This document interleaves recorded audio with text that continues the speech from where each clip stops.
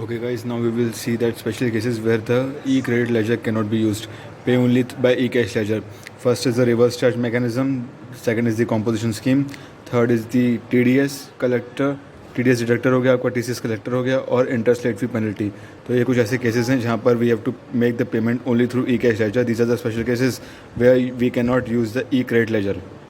Okay friends, so now we will study about utilization of credit. तो यहाँ पे हमारे पास लेट्स टेक एन एग्जांपल कि हमारे पास लाइबिलिटी दे रखी है IGST की 1,40,000, CGST दे रखा है 80,000 और STC दे रखा है 80,000. और हमारे पास जो ITC है वो दे रखा है हमें IGST का 2 लाख रुपीज़, CGST का 50,000 और SGST का 50,000 रुपीज़. ठीक है, तो हमें क्या करना है. Step number 1 is IGST credit use first for payment of IGST और बैलेंस जो होगा वो किसी प्रोपोर्शन में हम यूज़ कर सकते हैं.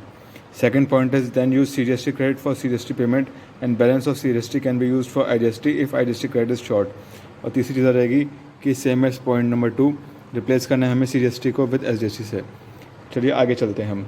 तो सॉल्यूशन क्या रहेगा बच्चा, पहले हमें लाइबिलिटी देखनी पड़ेगी. लाइबिलिटी कितनी है 1,40,000. जैसा कि आप देख सकते हैं कि हमारे पास लाइबिलिटी कितनी आ रही है, यहाँ पर आ रही है हमारे पास 1,40,000. ठीक है, उसके बाद क्या हो जाएगा, हमारे पास IGST क्रेडिट कितना दे रखा है 2 लाख रुपीज़. तो हम कितना पहले पूरा इस्तेमाल कर लेंगे. अब CGST की लाइबिलिटी कितनी है, CGST की लाइबिलिटी यहाँ देखिए, CGST की लाइबिलिटी है हमारे पास 80,000 रुपीज़.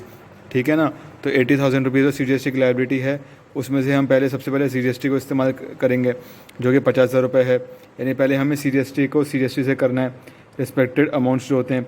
उसके बाद अगर बच जाएगा तो जो IGST क्रेडिट है वो हम यूज़ कर लेंगे. IGST का क्रेडिट हमारे पास था 2 लाख रुपए और लाइबिलिटी कितनी थी 41. तो 2 लाख रुपए में से 41 तो हमने कर ही दिया, तो बचे कितने 60,000 रुपये. 60,000 रुपये का ITC क्रेडिट अभी और IGST क्रेडिट अभी और बचा है. तो वो 30,000 चूँकि CGST की लाइबिलिटी है हम वहाँ से इसको पे कर देंगे. तो हमारे पास 2 लाख माइनस 1,40,000 हो गया 60,000. लेकिन CGST की लाइबिलिटी कितनी बैठ रही है हमारे पास 30,000. तो 30,000 पूरा इस्तेमाल हो गया. यानी there will be no liability for payment of CGST. अब बात करते हैं SGST की. SGST की लाइबिलिटी आगे देखिए. SGST की लाइबिलिटी कितनी है हमारे पास 80,000 रुपीज़ है. ठीक है ना, SGST की लाइबिलिटी कितनी है हमारे पास 80,000 रुपीज़ है. तो अब SGST के आगे देखते हैं. SGST कितनी है 80,000 हो गया. SGST का पेमेंट करने के लिए कितना चाहिए 50,000 रुपीज़, क्योंकि हमारे पास जो है क्रेडिट कितना पड़ा है 50,000 का SGST क्रेडिट पड़ा है.